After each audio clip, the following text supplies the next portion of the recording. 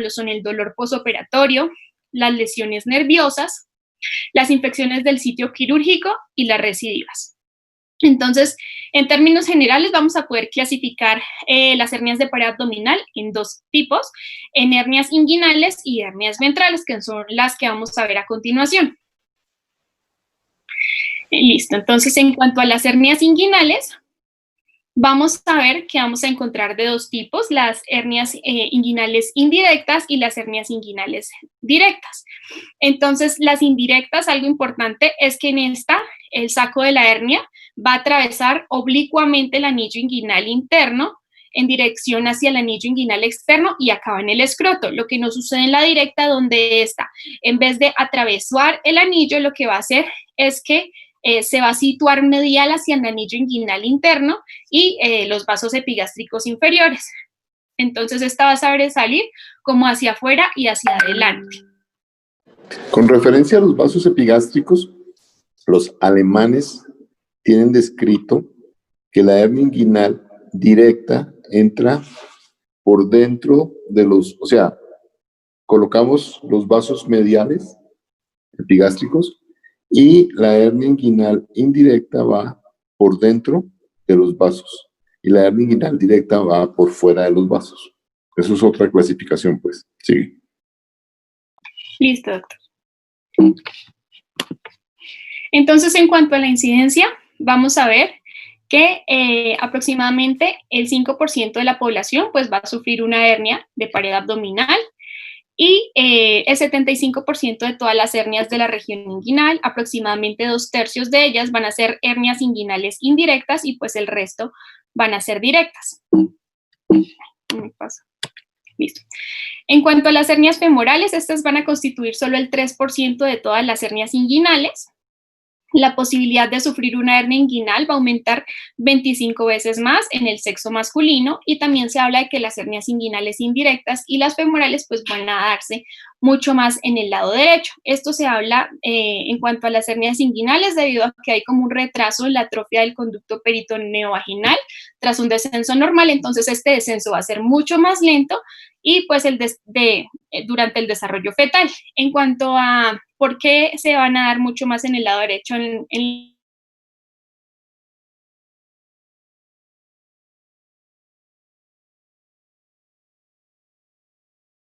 conducto femoral izquierdo. También hablamos de que la prevalencia de las hernias va a aumentar con la edad, sobre todo la de las inguinales, umbilicales y femorales, y la probabilidad de estrangulación y la necesidad de hospitalización van a aumentar aún más con el envejecimiento. La estrangulación pues va a ser la complicación más grave común que encontramos en las hernias y va a ocurrir de un 1 a un 3% de las hernias inguinales y va a ser mucho más frecuente en los extremos de la vida. Entonces, pues vamos a ver que también la mayoría de las hernias estranguladas van a ser hernias inguinales indirectas y femorales. En cuanto a la anatomía de la ingle, vamos a ver que debajo de la piel y el tejido subcutáneo vamos a encontrar las arterias circunfleja ilíaca superficial, como se encuentra acá. Vamos a encontrar la arteria epigástrica superficial y también vamos a ver lo que es la pudenta externa y sus venas concomitantes. Entonces, estos vasos lo que van a hacer es que van a nacer y van a drenar respectivamente en la arteria y en la vena femorales proximales y van a tomar como una dirección hacia superior. En cuanto a lo que es ya el conducto inguinal, entonces vamos a ver que este va a tener aproximadamente una longitud de 4 centímetros y se va a situar justo por encima del ligamento inguinal. Entonces, vamos a ver que pues en las mujeres vamos a encontrar el ligamento redondo del útero y en los hombres vamos a encontrar lo que es el cordón espermático. Pues este cordón espermático va a estar como compuesto por unas fibras del músculo cremaster, vamos a encontrar también lo que es la arteria testicular, las venas concomitantes y también el ramo genital, el ramo del nervio genitofemoral, el conducto deferente, también vasos cremastéricos y vasos linfáticos y el conducto peritoneo vaginal. Entonces, lo que van a hacer estas estructuras es que van a penetrar por el cordón del anillo inguinal y los vasos y pues van a sobresalir en el anillo inguinal externo. También vamos a ver que el músculo cremaster van a ser de las fibras inferiores del músculo oblicuo interno y encierra el cordón espermático dentro del conducto inguinal. También vamos a ver que estos vasos cremastéricos pues van a ser ramas como tal de los epigástricos inferiores y van a atravesar una pared posterior del conducto inguinal por un orificio propio, y estos vasos pues van a irrigar lo que es pues el músculo cremaster, y también en algunos casos se pueden separar del suelo del conducto inguinal cuando se hace la reparación de una hernia, pues sin necesidad de dañar lo que es el testículo. También vamos a ver que los nervios hilohipogástricos y hilioinguinal y el ramo genital de los nervios genitofemoral, pues van a ser los nervios sensitivos esenciales de la ingle. Entonces, pues como vemos en la imagen del lado derecho, vamos a ver que el conducto inguinal va a limitar superficialmente con la aponeurosis del músculo oblicuo externo. También vamos a encontrar lo que es la capa musculoaponeurótica y de los músculos oblicuo interno y externo y transversos del abdomen, que serían estos dos, donde estos también nos van a formar lo que es una pared superior del conducto inguinal. Vamos a tener que la parte inferior va a estar formada por el ligamento inguinal y el ligamento lagunar, y vamos a tener una pared posterior que va a estar formada por la aponeurosis del músculo transverso del abdomen y también la fascia transversa. En la parte de acá, en esta imagen, lo que observamos es el triángulo de Hesselbach, donde pues va a referirse como a los bordes del suelo del conducto inguinal. Entonces vamos a ver que este triángulo va a estar formado hacia su parte medial con lo que es el recto del abdomen. Vamos a ver que también vamos a encontrar en su límite inferior el ligamento inguinal, y hacia esta parte vamos a encontrar lo que son los vasos epigástricos inferiores. Es importante tener en cuenta este triángulo, ya que las hernias directas se habla de que suelen ocurrir dentro de este triángulo, y las indirectas pues suelen surgir laterales a ese triángulo. Acá es importante que en varios libros van a encontrar ustedes lo que es la pars tensa y la pars flácida del conducto inguinal. Entonces, la pars tensa es lo que no contiene el ligamento de Hesselbach, el triángulo de Hesselbach. La pars flácida es el triángulo de Hesselbach, por donde concurren las hernias. Sí. Listo. Entonces vamos a ver cada uno pues de los músculos que nos van a formar este conducto inguinal. Entonces, como ya vimos, pues el músculo oblicuo externo, que va a ser uno de los que nos va a formar ese límite superficial del conducto inguinal, vamos a tener que va a ser uno de los más superficiales de los músculos de la pared abdominal lateral, y pues que está formado tanto por una capa superficial como por una capa profunda. También hablamos de que el anillo espermático va a salir del conducto inguinal a través pues del anillo inguinal externo. Y ese anillo inguinal externo va a ser como una abertura ovoide de la aponeurosis del oblicuo externo, que se va a posicionar en sentido tanto superior y ligeramente lateral a lo que sería el tubérculo del pubis.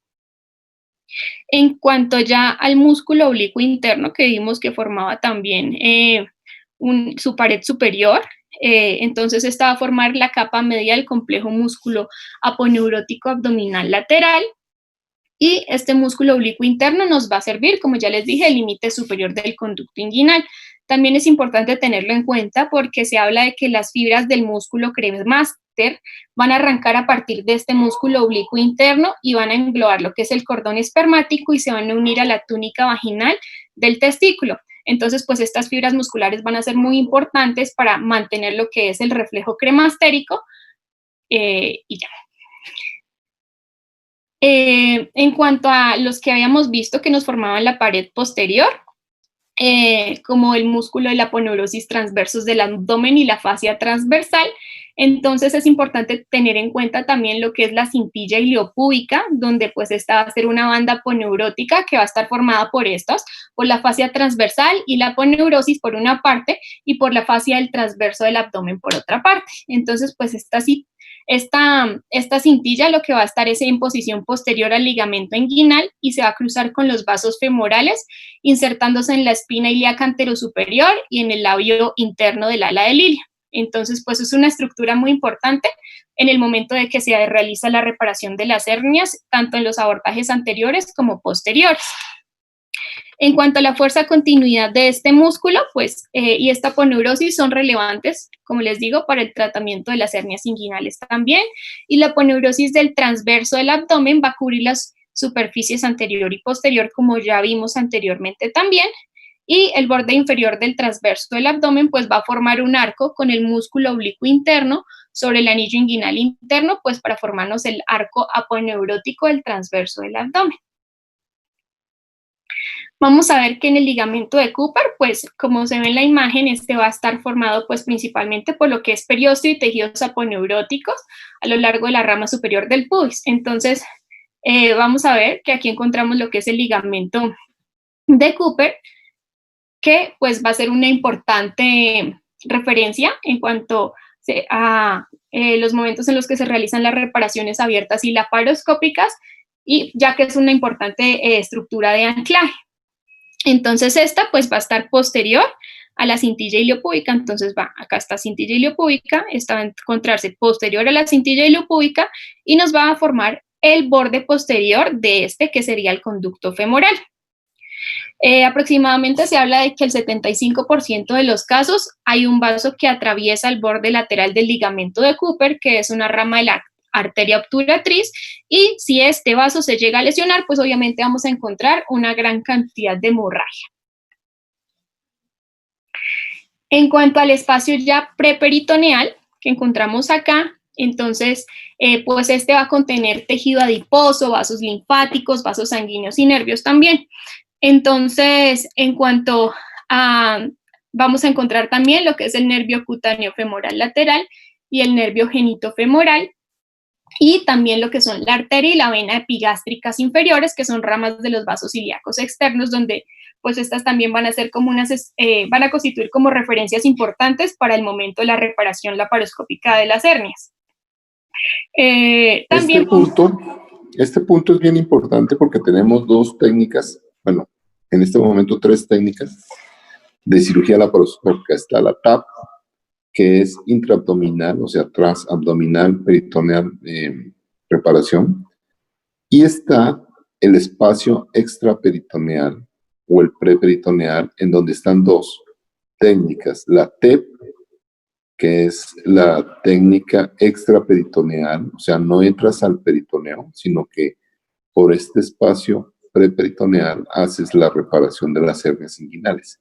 Y está la ITEP, que es la TEP extendida, o sea, se abre todo el espacio preperitoneal sin entrar en la cavidad abdominal. Sí. Listo, entonces vemos que los vasos epigástricos inferiores pues también nos van a ayudar a definir los tipos de hernia inguinal. Las hernias inguinales indirectas pues van a ocurrir laterales a los vasos epigástricos inferiores, mientras que los que son directas se van a situar mediales a estos vasos. También hablamos de que la arteria y vena ilíaca circunflejas profundas pues se van a localizar bajo la porción lateral de la cintilla iliopúbica en este espacio preperitoneal. En cuanto al conducto femoral, como les decíamos, pues vamos a tener que normalmente este conducto lo que va a contener es tejido conjuntivo y linfático, y pues las hernias femorales van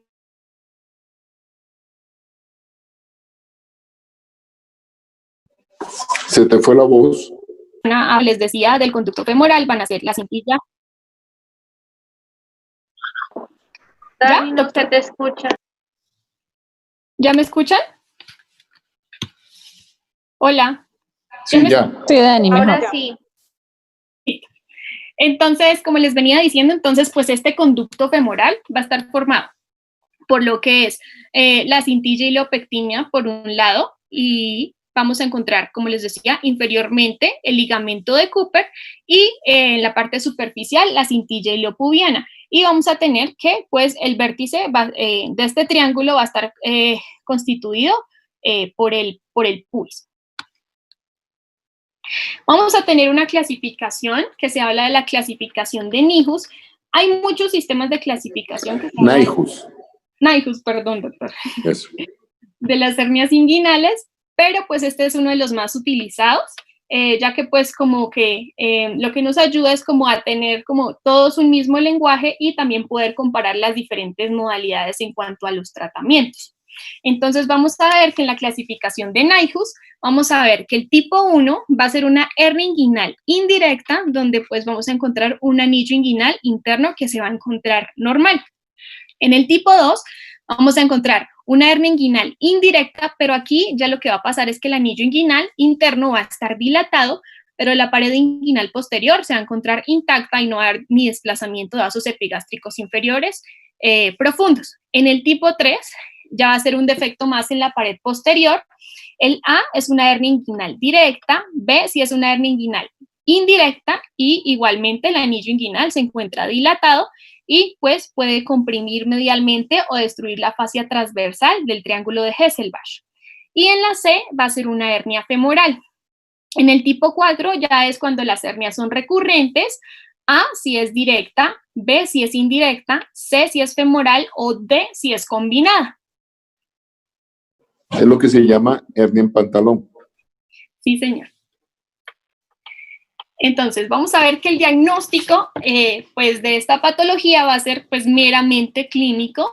Podemos encontrar en estos pacientes lo que es el abultamiento en la región inguinal, donde pues este va a ser un dato diagnóstico importante, porque pues la mayoría de las hernias inguinales, pues todas las hernias inguinales las vamos a encontrar pues en esta zona. También podemos encontrar que la mayoría de pacientes pueden presentar dolor o molestias vagas en la región, pero es importante tener en cuenta que aproximadamente un tercio de estos pacientes pueden cursar asintomáticos. Entonces, las hernias inguinales, pues se habla de que no suelen causar mucho dolor, salvo en los casos en los que se estrangule o se encarcele. También, si no existe ninguna manifestación física, pues hay que sospechar otras causas de dolor y también algunos pacientes pueden experimentar lo que son las parestesias debido pues a esa compresión o irritación de los nervios inguinales por la hernia. Vamos a ver que pues en la región inguinal pueden aparecer diferentes masas a los que son las hernias. Entonces vamos a ver que como diagnóstico diferencial es importante tener en cuenta un hidrocelio, un varicocelio, un testículo ectópico, epididimitis, torsión testicular, los lipomas, hematomas, quistes sebáceos, una hidradenitis de las glándulas apocrinas inguinales, una linfadenopatía inguinal, los linfomas, las neoplasias metastásicas, las hernias femorales, las linfoadenopatías femorales y también los aneurismas o pseudoaneurismas de la arteria femoral. Entonces vamos a ver que, como les decía, el diagnóstico pues va a ser clínico, entonces es importante explorar la región inguinal de nuestro paciente, lo vamos a colocar de cúbito supino y en bipedestación y vamos a hacer una inspección visual. También vamos a palpar la región inguinal, mirar si hay asimetría, si vemos de pronto algún tipo de abultamiento o masa en nuestro paciente. También pues algo que nos puede ayudar a facilitar identificar esa hernia es como pedirle al paciente que haga una maniobra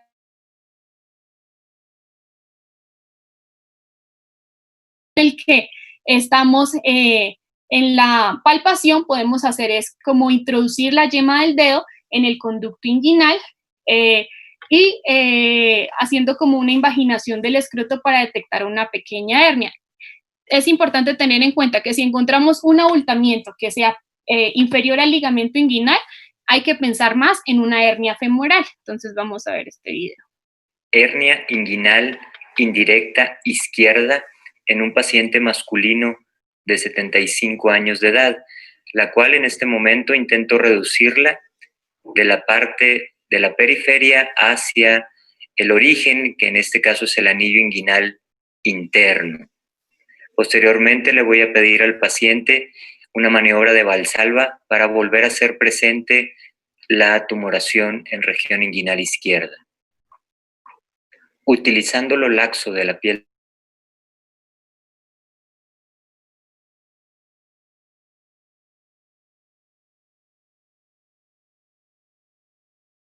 Listo, entonces pues cualquier abultamiento inguinal, de pronto que el paciente no lo describa, pero que nosotros en el momento del examen físico no lo podamos ver, se le puede decir de pronto al paciente que se ponga de pie y camine durante un tiempo, y si realmente ya no es posible visualizarlo, pues se le podría decir que se podría realizar la exploración física en otro momento. También encontramos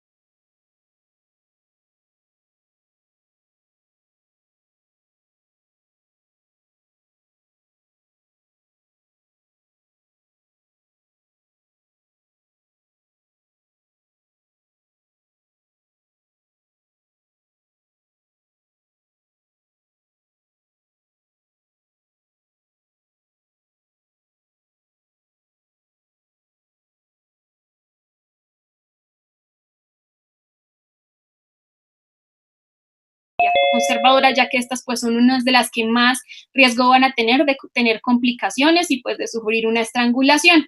Los pacientes que no quieren someterse a un tratamiento quirúrgico, pues se habla de que pueden optar por el uso de un braguero. Entonces, es importante tener en cuenta que este braguero debe estar con las medidas correctas, debe ser a medida del paciente, que tenga un ajuste adecuado, pues para que funcione en nuestro paciente. Aproximadamente el 30% de los pacientes pues van a obtener un control de los síntomas. Se habla de que pues los pacientes generalmente o se prefiere más lo que es los bragueros de resorte más que los elásticos. Y pueden tener complicaciones como son una atrofia testicular, neuritis, ilioinguinal o femoral o una incarcelación de la, herniaria, pues por no recibir también el tratamiento quirúrgico. En cuanto al tratamiento quirúrgico, entonces en estos pacientes se prefiere lo que son las reparaciones anteriores, que son el abordaje más común de las hernias inguinales, sobre todo la reparación inguinal anterior sin tensión, ya que generalmente cuando se administra tensión, pues puede haber mayor riesgo de recidiva. Entonces, generalmente lo que se hace es como utilizar una disección cuidadosa del conducto inguinal. Entonces, en la imagen vamos a observar una disección cuidadosa que se realiza del conducto inguinal, se hace como una ligadura del saco de la hernia indirecta y se rechazan hacia abajo las estructuras del cordón espermático. Se intenta como separar la aponeurosis del músculo oblicuo subyacente al plano. Y ya aquí en esta imagen lo que se hace es como que se trata de poner una malla que se va a solapar con el pubis aproximadamente 2 centímetros y pues esta malla lo que nos va a ayudar a hacer es que pues no vaya a protruir posteriormente esta hernia. Acá igualmente lo que se hace es... Cuando tú haces una herniorrafia, en términos generales mal llamada herniorrafia, porque la herniorrafia es cuando tú suturas el saco herniario. Cuando tú haces una hernioplastia, que es lo que estamos viendo aquí con la malla, es cuando colocas la prótesis. Para el tema del saco herniario, efectivamente, hoy en día o se reseca el saco o se invagina. Cuando se reseca el saco, se hace una jareta y una ligadura alta del saco. Eso se llama técnica de palomo. Entonces, cuando lo vayan a escuchar, ustedes van a escuchar la técnica de palomo. Y lo que estaba diciendo la doctora ahorita, pues lo resumimos en hernias con prótesis, sin prótesis, con o sin tensión. Sí. Listo. También vamos a encontrar lo que es la reparación, como nos decía el doctor, preperitoneal. Entonces dice que este abordaje nos sirve para reparar hernias inguinales recidivantes, hernias por deslizamiento y hernias estrianguladas o hernias femorales. En cuanto a la reparación ya laparoscópica, entonces esta va a ser otro medio pues de reparación que también se suele utilizar, se puede utilizar también una malla sin tensión, pues bajo el abordaje preperitoneal. Y es importante, pues como ya sabemos que el abordaje siempre laparoscópico nos aporta muchas ventajas, entonces el paciente puede estar posteriormente con menor dolor, puede recuperarse mucho más rápido de la cirugía, entre otras ventajas que nos ofrece esta reparación. También nos habla de que lo que hace es cubrir el orificio miliopectíneo y aprovechar pues las fuerzas naturales de la pared abdominal para dispersar la presión intraabdominal en un área mucho más extensa para mantener la malla en su lugar, pues en los casos en los que se utiliza con colocación de malla. En cuanto a las hernias femorales, entonces esta tiene, pues como les dije anteriormente, lugar a través pues del conducto femoral, que ya vimos cuáles van a ser los límites de este conducto femoral. Y pues esta nos va a producir una masa o un abultamiento bajo el ligamento inguinal. Entonces, algunas hernias femorales pues se pueden manifestar también en algunos casos, no es tan común, a través del conducto inguinal. Entonces, generalmente estas hernias se pueden reparar con reparación estandarizada del ligamento de Cooper, con abordaje preperitoneal, con abordaje laparoscópico. Y las incidencia de la estrangulación pues de estas hernias femorales, como ya vimos también anteriormente, pues van a tener un mayor riesgo de sufrir estrangulación. Y también por ello es importante examinar como la viabilidad de todo saco o de toda hernia femoral que se encuentre encarcelada. La recidividad de la hernia femoral tras la cirugía generalmente solo es de un 2%, y las reparaciones de la hernia femoral recurrente presentan tasas de repetición de recidiva en torno a un 10%.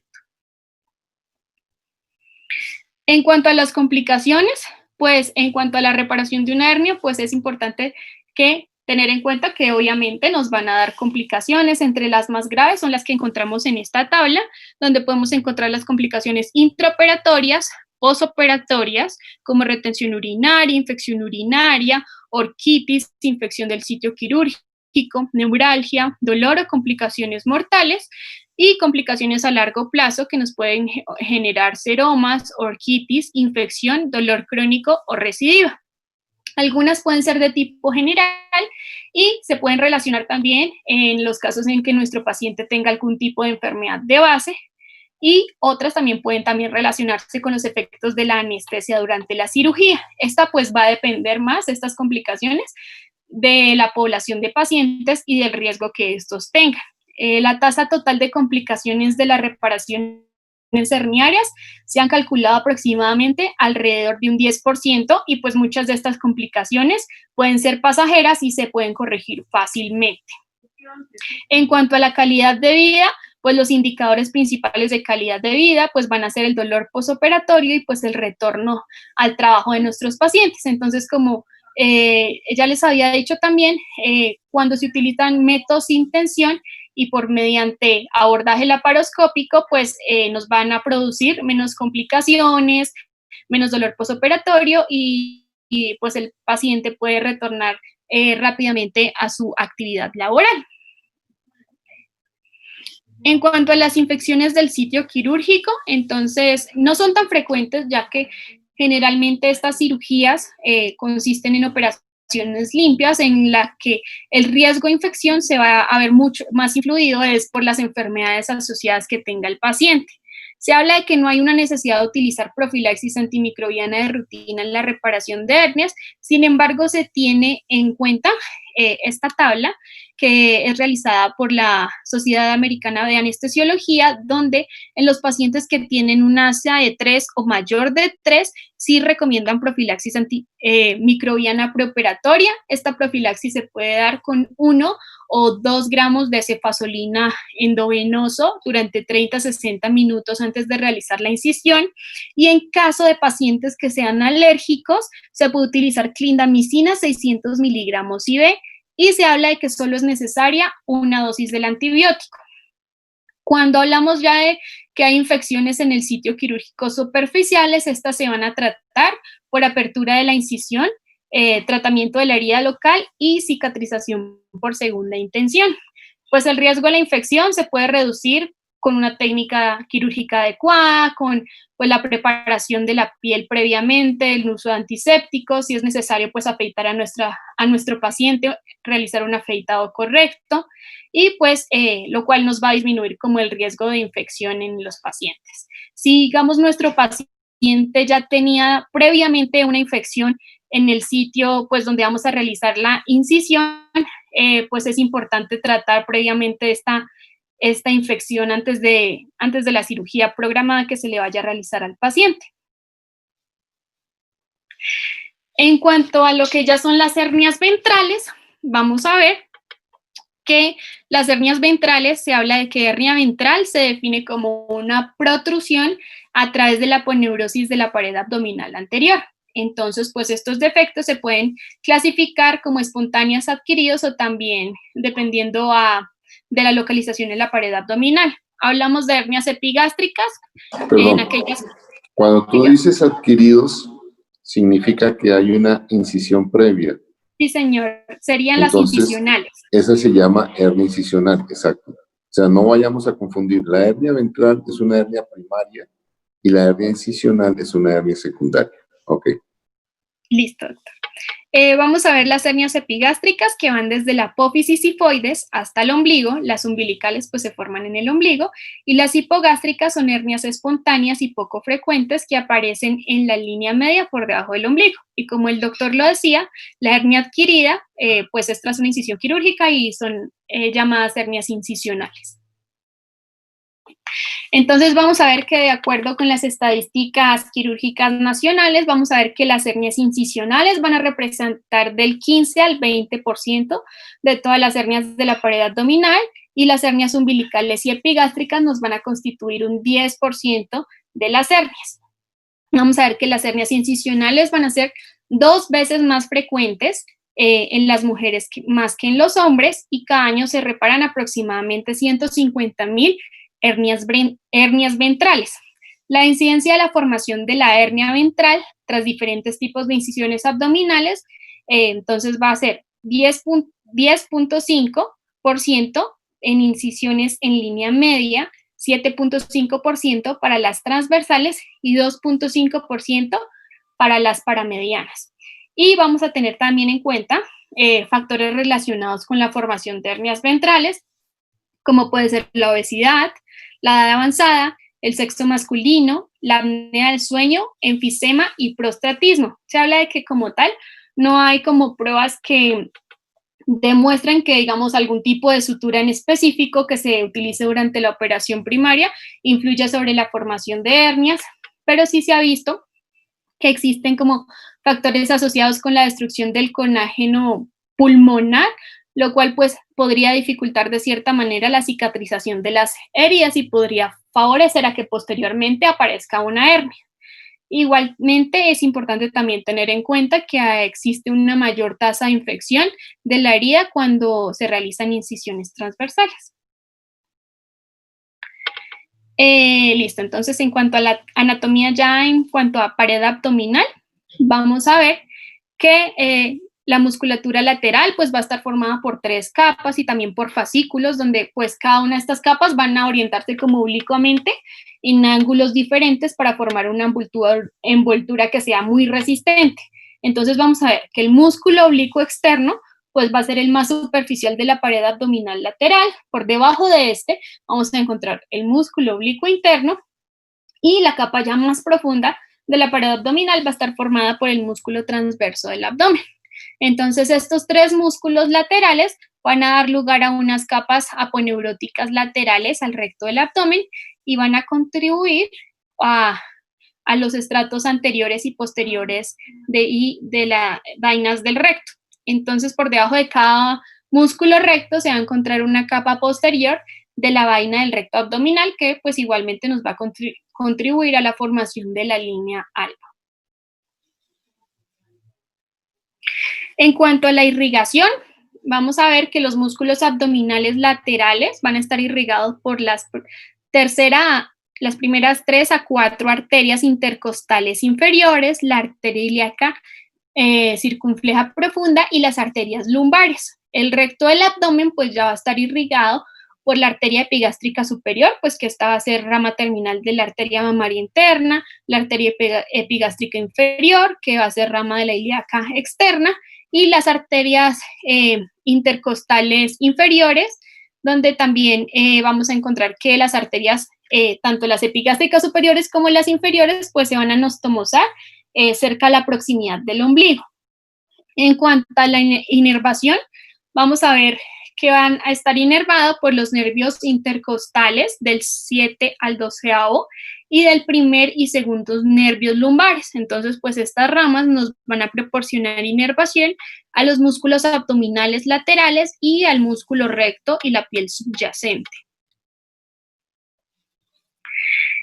En cuanto a la clasificación, ya hablando de hernias umbilicales, pues es importante tener en cuenta que va a ser mucho más común en personas que muestran una única decusación aponeurótica en la línea media en comparación con la decusación normal triple de las fibras. Entonces se habla de que pues el ombligo va a estar formado por un anillo umbilical de la línea alba y pues este va a ser un lugar como frecuente de herniación. Y pues dentro del abdomen vamos a tener el ligamento redondo y las venas paraumbilicales que se van a unir en ese lugar, en el ombligo, por la parte superior y vamos a tener también lo que sería el ligamento umbilical medio que va a estar en la parte inferior. Vamos a ver unas diferencias entre las hernias umbilicales en lactantes y adultos. Entonces, en los lactantes, pues generalmente pues son congénitas y muy corrientes. Generalmente se cierran antes de los 2 años de vida y cuando persisten más allá de los 5 años, estas suelen repararse por cirugía.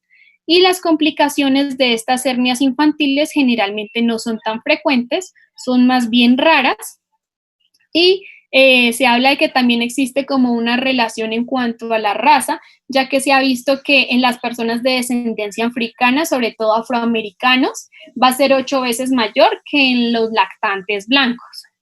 En adultos vamos a ver que pues estas generalmente son adquiridas, se van a dar más en el sexo femenino y entre los pacientes cuyo estado pues motiva un aumento de la presión intraabdominal, como pacientes que estén en embarazo, obesidad, ascitis o distensión abdominal crónica.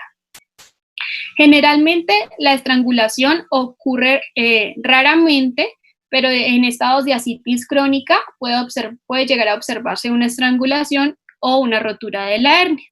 En cuanto a las hernias umbilicales pequeñas, estas generalmente son asintomáticas y no requieren como tal una reparación, solo cuando son hernias sintomáticas y pues tienen un saco voluminoso o se encuentran encarceladas y tienen adelgazamiento de la piel subyacente o lo que veíamos, una ascitis que sea incontrolable. Entonces, pues para la reparación de estas hernias umbilicales se hablaba de una técnica que era como la superposición del chaleco sobre pantalón, pero decía que hoy generalmente no se aplica tan frecuentemente debido a que pues esta técnica imponía una alta tensión y pues presentaba aproximadamente una alta tasa de recidiva como del 30% cuando se hacía un seguimiento a largo plazo.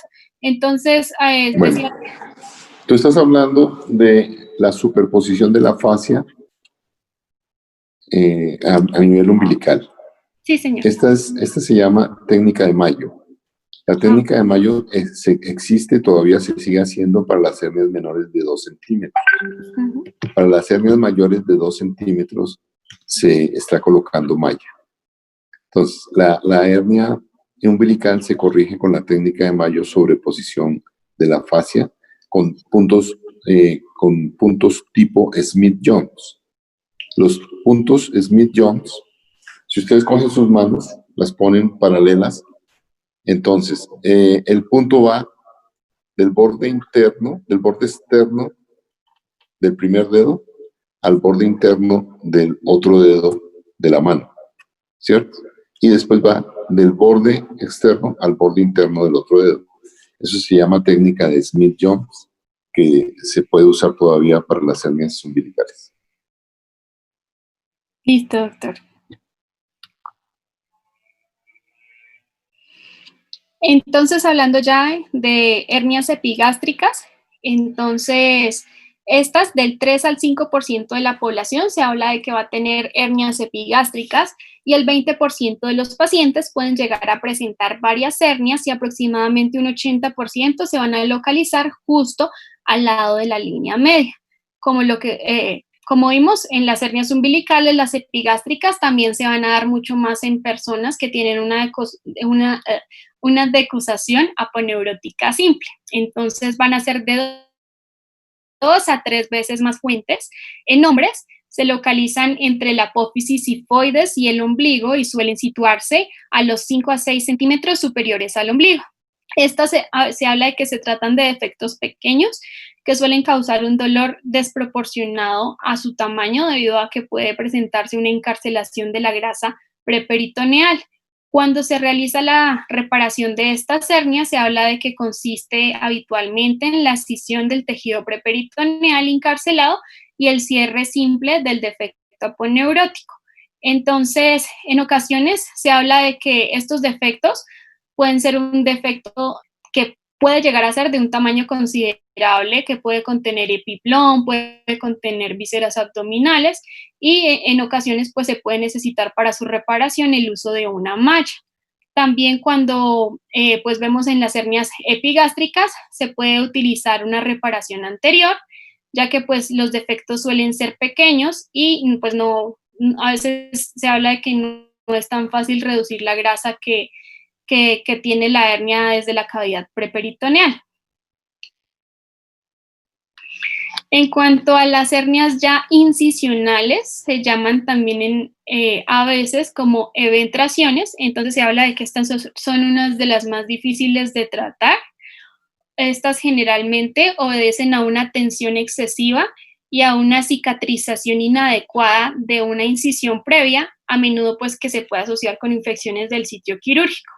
Estas hernias aumentan de tamaño con el tiempo, pueden producir dolor, obstrucción intestinal, encarcelación y estrangulación. Vamos a encontrar que existen algunos factores predisponentes de la eventración, como lo son la obesidad. Se habla de que pues, la obesidad puede ocasionar una eventración porque hay como una mayor tensión que impone en la pared abdominal, ese exceso de panículo adiposo en el paciente, entonces pues va a haber una mayor tensión.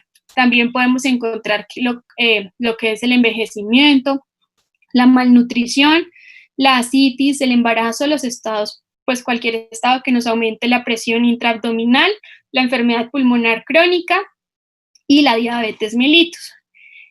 También en algunos casos se ha encontrado asociada como a medicamentos, como lo son los corticosteroides o los antineoplásicos, y también pues las infecciones de sitio quirúrgico, que cuando hay una mala cicatrización de la herida, pues también nos puede aumentar ese riesgo de eventración. Se habla también que las grandes eventraciones pues pueden producir lo que es una pérdida del dominio abdominal, lo que quiere decir pues que el contenido abdominal deja de alojarse en esa cavidad abdominal y pues estos defectos del aparato abdominal se van a observar también cuando de pronto no se logra cerrar adecuadamente el abdomen, sobre todo por, digamos, si el paciente tiene un edema intestinal, tiene compresas abdominales, peritonitis o ha tenido laparotomías repetidas. Entonces, pues también con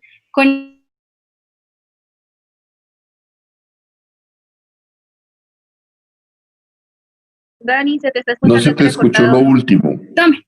Se habla de que también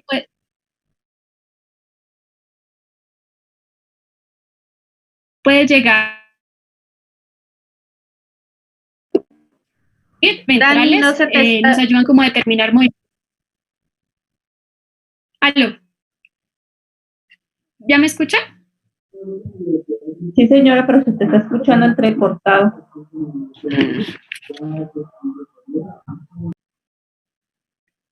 No se te escucha. ¿Ahora sí? Sí, señora, ahora sí. Listo, doctor. Entonces, como les decía, hablaba de que pues no es tan frecuente, pero también en algunos casos puede ocurrir disfunción respiratoria en el paciente debido a que hay cuando hay grandes defectos ventrales, estos nos pueden ayudar como a determinar movimientos respiratorios paradójicos del abdomen. Entonces también se pueden dar lugar lo que sería el edema intestinal, congestión del sistema venoso, retención de orina hasta estreñimiento en el paciente.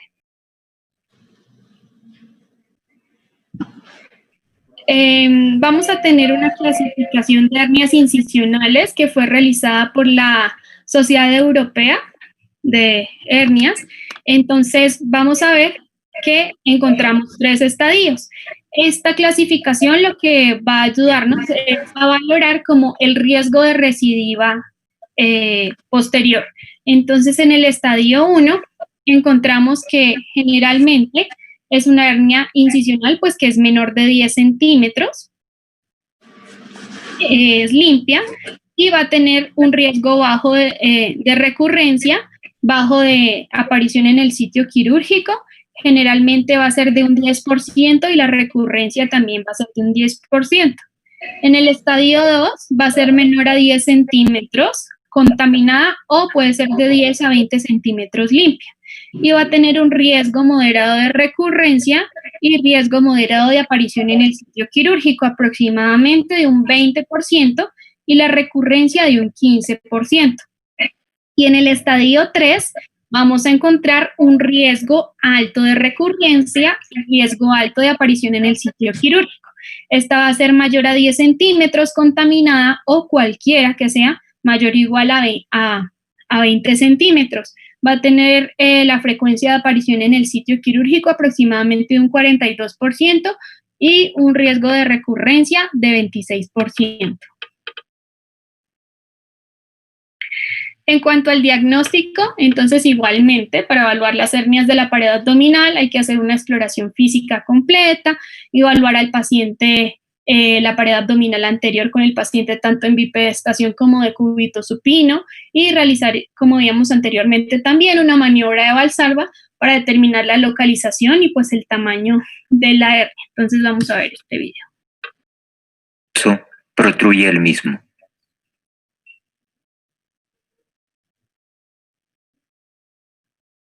Ahora le pido al paciente que puje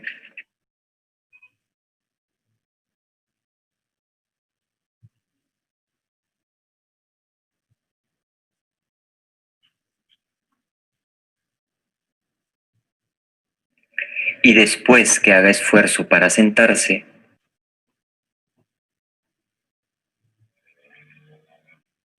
y al aumentar la presión intraabdominal, sale el contenido.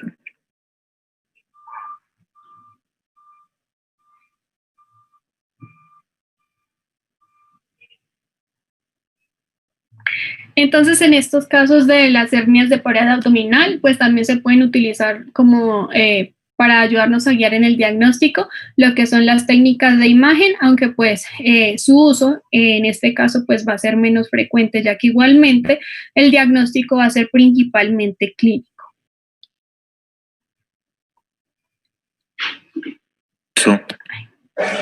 Sobre todo, doctora, para las hernias mayores de 10 centímetros o con pérdida de dominio. Se llama pérdida de dominio cuando tienes las heces intestinales fuera de la cavidad abdominal y forman un gran saco herniario en donde ya la pared abdominal no las puede contener. Entonces haces unos estudios radiológicos con tomografía axial computarizada con doble contraste en donde vas a medir el índice de Tanaka. El índice de Tanaka te mide el diámetro que puede haber entre la espina ilíaca anterosuperior de un lado y del otro, y si digamos, la línea que va desde el borde externo de la hernia incisional hasta la columna vertebral, ese diámetro, si te da más de 25, entonces estamos hablando de un índice de Tanaka positivo con pérdida de dominio. Para esta hay otro tipo de cirugías. Sí. Listo, doctor. Entonces vamos a encontrar que entre uno de los tipos de reparación quirúrgica encontramos lo que es la reparación primaria, donde pues esta va a depender del tamaño del defecto.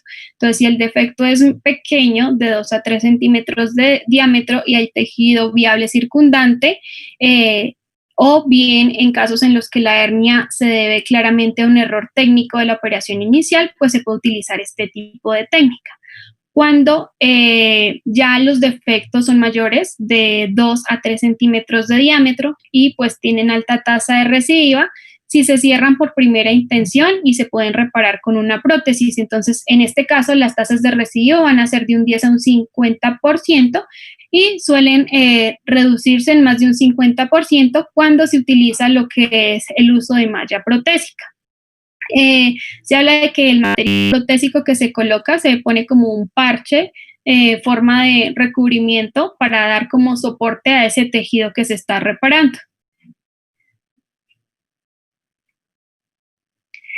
En cuanto a la técnica de superposición, entonces esta lo que hace es que implica el cierre primario de un defecto facial sobre la aplicación de una malla sobre la fase anterior. Tiene tanto sus ventajas como sus desventajas.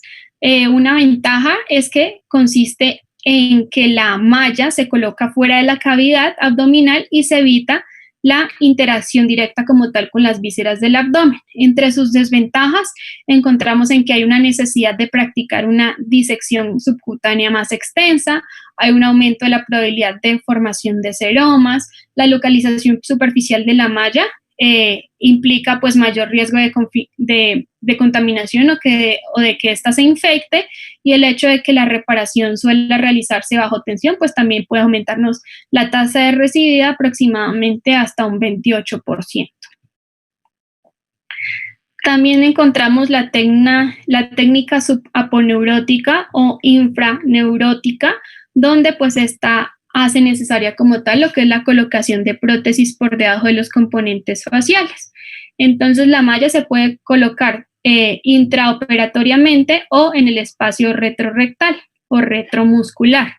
Es aconsejable, se dice, que colocar la malla por debajo de la fascia, gracias pues al amplio solapamiento entre la malla y la fascia, lo que hace que las fuerzas naturales de la cavidad abdominal actúen como para mantener en adecuada posición la malla y eviten que ésta migre. En cuanto a las complicaciones principales que vamos a encontrar, es la infección de la malla y la formación de seromas. Entonces, la infección de la malla pues puede ser una de las complicaciones más graves que se pueden presentar. Pueden llegar a ser difíciles de tratar. En los casos en los que la malla llegue a infectarse, pues obviamente hay que retirarla. Es más frecuente cuando se realizan reparaciones abiertas de las hernias ventrales, y en pacientes que se someten a una reparación laparoscópica, generalmente pues disminuye la tasa de infecciones. Aproximadamente la malla se va a infectar en menos de un 1% de los casos. Y también pues es probable que esta reducción de las complicaciones infecciosas sea como la ventaja principal en el momento de utilizar la reparación por vía laparoscópica para las hernias ventrales. En cuanto a los seromas se pueden formar tras tanto la reparación laparoscópica como la reparación abierta de las hernias ventrales. Entonces, la mayoría de estos seromas suelen desaparecer con el paso del tiempo, conforme pues la malla se va incorporando al saco herniario, y se realiza aspiración para que los seromas sintomáticos o aquellos que persisten después de las 6 o 8 semanas.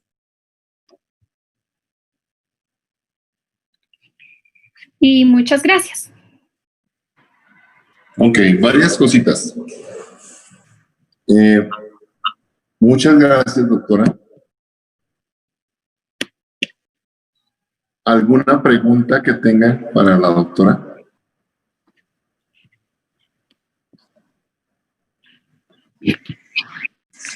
Aparezcan en la pantalla, por favor. Profe, en el manejo de una encarcelada, ¿el manejo quirúrgico es inmediato o da algún tipo de espera mientras el manejo inicial? Me refiero, por ejemplo, si estamos en un rural y necesitamos remitir, ¿cuánto tiempo nos da y qué podemos hacer mientras llegamos? Esa es buena pregunta.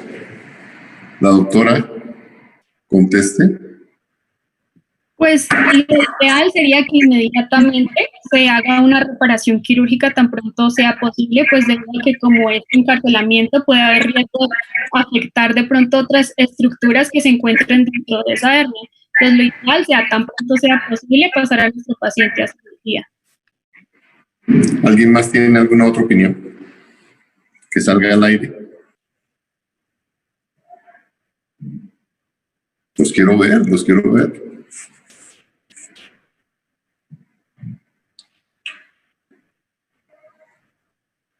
¿Nadie más?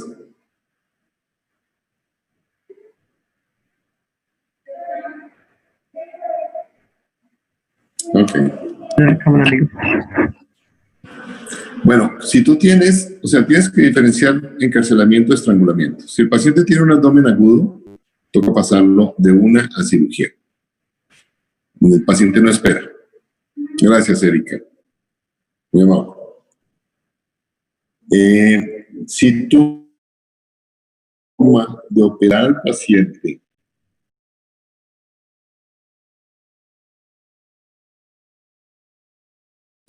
en el hospital donde estés haciendo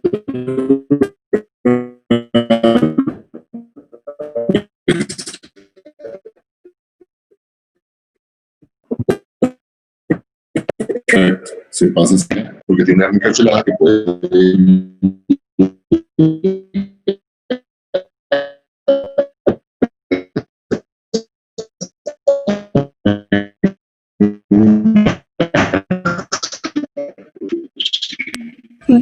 profe, creo que no se lo estamos escucha. escuchando.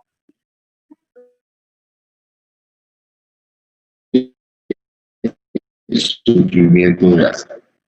Pero si tú estás ahí,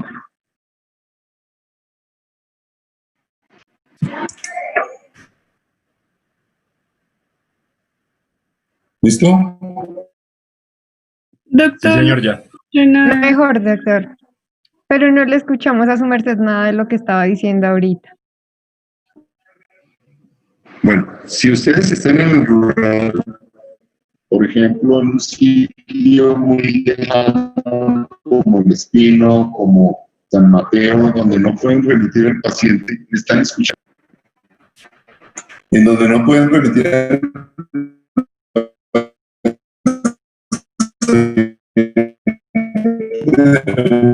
Profe, se te corta mucho el audio.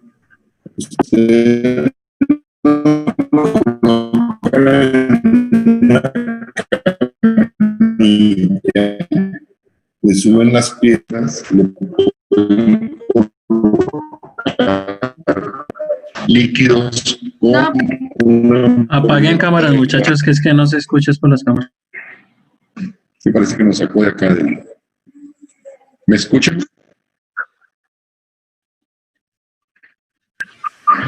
Ok.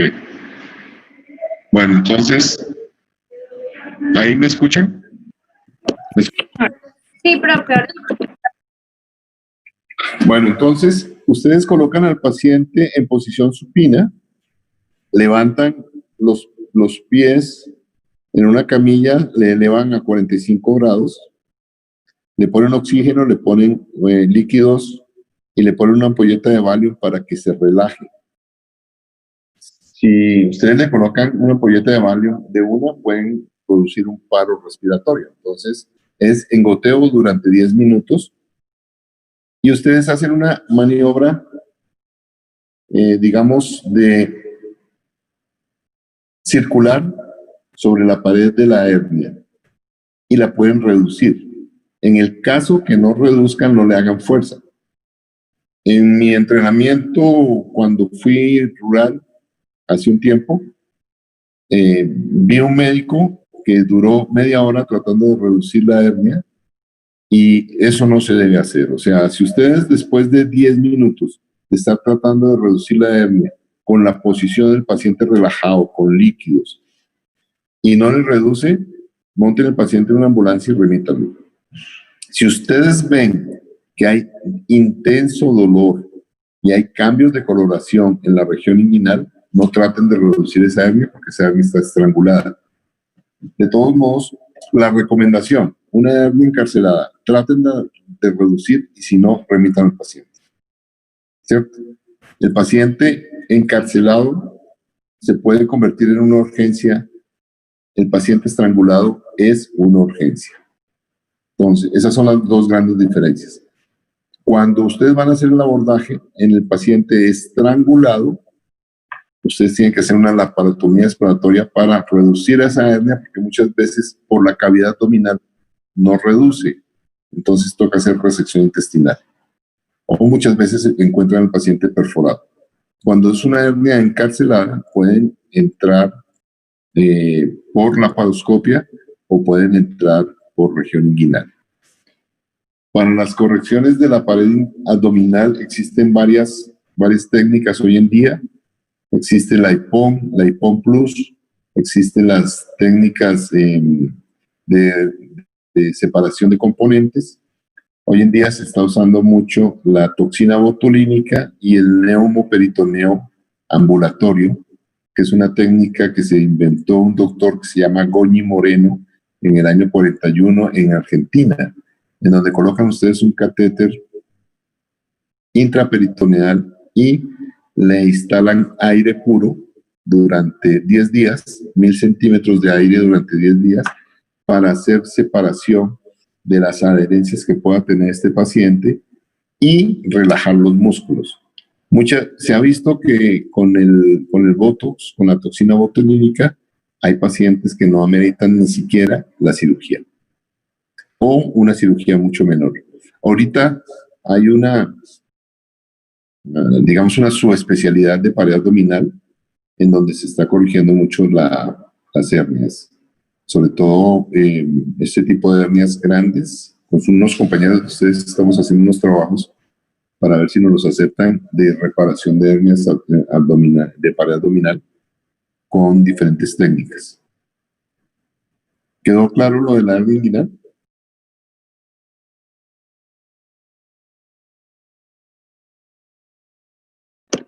¿Aló? Sí, profe. Bueno, una sugerencia a la doctora que nos presentó el tema. Primero, la felicito, es un tema, una buena revisión, pero necesito que me envíes eso con la bibliografía en cada diapositiva para saber de dónde extrajiste el tema. ¿De acuerdo? Vale, doctor, sí, señor. Yo casi toda la presentación la traje del libro de la Saviston. Perfecto, entonces tú pones Saviston, edición tal, páginas tales. Listo. Cuando vayas a presentar siempre una conferencia, trata de que las diapositivas, la mayoría de las diapositivas no tengan tanta información y tengan siempre la bibliografía en la parte de abajo. Y por favor me la mandas a mi correo. Listo, doctor, sí, señor. Bueno, ¿preguntas? Profe, yo tengo una pregunta. En el caso de las tres técnicas que se estaban haciendo con respecto al espacio preperitoneal, ¿en sí en qué radica la elección de una técnica y no de otra? Perfecto. Cuando tú tengas el conocimiento de la técnica, la puedes hacer conforme tú te sientas mejor. Los pacientes que ameritan la técnica ITEP o TEP son pacientes que tienen el abdomen virgen, o sea, que no los han operado de próstata o que no los han operado, mujeres que no las han operado de vejiga. Entonces puedes utilizar el espacio preperitoneal. El espacio dentro del abdomen, digamos que muchos cirujanos hacemos TAP y no TEP porque ya estamos más acostumbrados a ingresar a la cavidad abdominal y nos sentimos de pronto más seguros. Cuando tú vas a hacer TEP, haces una disección en el ombligo y la entrada es subaponeurótica.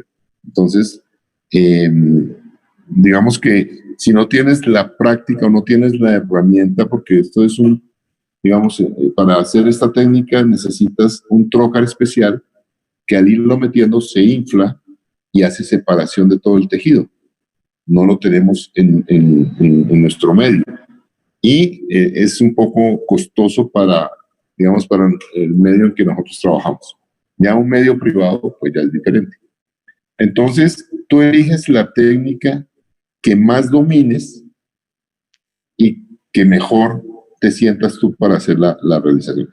Cuando tú tienes un paciente postoperado que tiene muchas adherencias, que está operado de próstata, que es un paciente cardiópata, no te pongas a hacer nada, hazla abierta. O sea, la técnica abierta, hoy en día estamos usando la técnica de Liechtenstein, que es la técnica que mostró la doctora, sin tensión, con colocación de una malla. Anteriormente se usaba la técnica de Bassini, la técnica del doctor, se me fue ahorita el nombre, McVeigh, que duró haciéndose esa técnica 70, 80 años. Es más, nosotros nos entrenamos hace 30 años con esa técnica y la recidiva es del 2-3%, pero el paciente sí presenta más inguinodinia. Inguinodinia es dolor de la región inguinal. Esta inguinodinia hoy en día se está tratando con neuronectomía. La neuronectomía es la extirpación de los nervios inguinales. Ustedes en YouTube pueden encontrar un video de neuronectomía de un doctor español, doctor creo que es de apellido Moreno Egea. Busquen Moreno Egea y buscan neuronectomía. Se tiene que hacer, digamos, mucha práctica en cadáveres para llegar a hacer esta técnica bien hecha. Hay un ecuatoriano ahorita que ya hizo la técnica en Ecuador y hay otro en El Salvador en donde hicieron la neuroenectomía de los tres nervios, el ilio inguinal, el nervio hipogástrico y la rama femoral del nervio ilioinguinal. Estos tres nervios se resecan para el dolor inguinal crónico. Entonces, si ustedes buscan en YouTube a Moreno Egea y buscan neuroenectomía, van a encontrar esa técnica. Bueno, ¿alguna otra pregunta?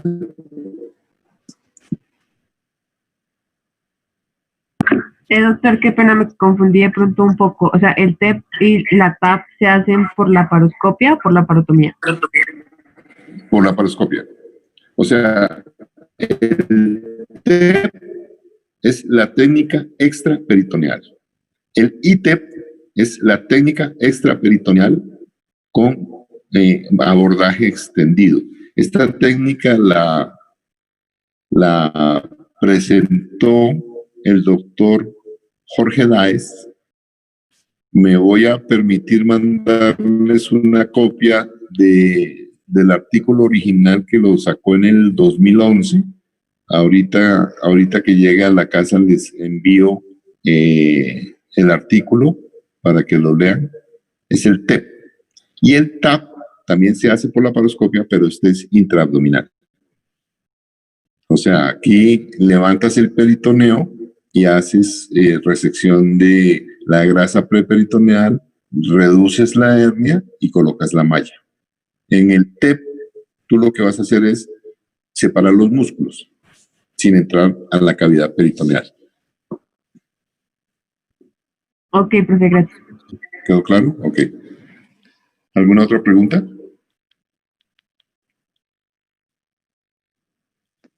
Están todos callados. Sábado. Bueno, muchas gracias. Entonces me pongo de acuerdo con ustedes para la próxima charla de tumores de tiroides y anatomía de cuello. ¿De acuerdo? Sí, señor. Bueno, Sí, señor. doctor, Ok. Que tengan buen día. Estamos Lo hablando. mismo, profe, Igualmente, gracias. doctor, hasta luego. vale, profe, gracias. Hasta luego.